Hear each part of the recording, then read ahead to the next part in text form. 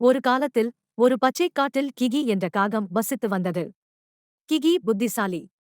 ஆனால் மிகவும் சோம்பேறி. ஒரு வெயில் நாளில் கிகி ஒரு மரத்தில் ஓய்வெடுத்துக் கொண்டிருந்தான். அ. ஓய்வெடுக்க எவ்வளவு நல்ல நாள், அவன் கொட்டியான். அருகில் மற்ற பறவைகள் கூடு கட்டுவதில் மும்முரமாக இருந்தன. ஒரு கிளி அவனை எச்சரித்தது, கிகி, குளிர்காலம் வருகிறது.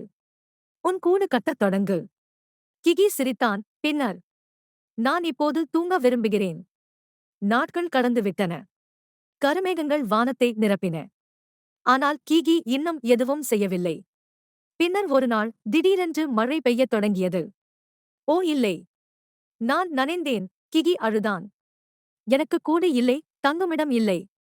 மற்ற எல்லா பறவைகளும் தங்கள் கூடுகளில் சூடாகவும் பாதுகாப்பாகவும் இருந்தன. ஆனால் கிகி ஈரமாகவும் குளிராகவும் அமர்ந்திருந்தான். அன்று கிகி ஒரு பெரிய பாடத்தை கற்றுக்கொண்டான். அடுத்த முறை நான் முதலில் வேலை செய்து பின்னர் ஓய்வெடுப்பேன் என்று அவன் கூறினான். அன்றிலிருந்து கிகி மீண்டும் ஒருபோதும் சோம்பேறியாக இருக்கவில்லை.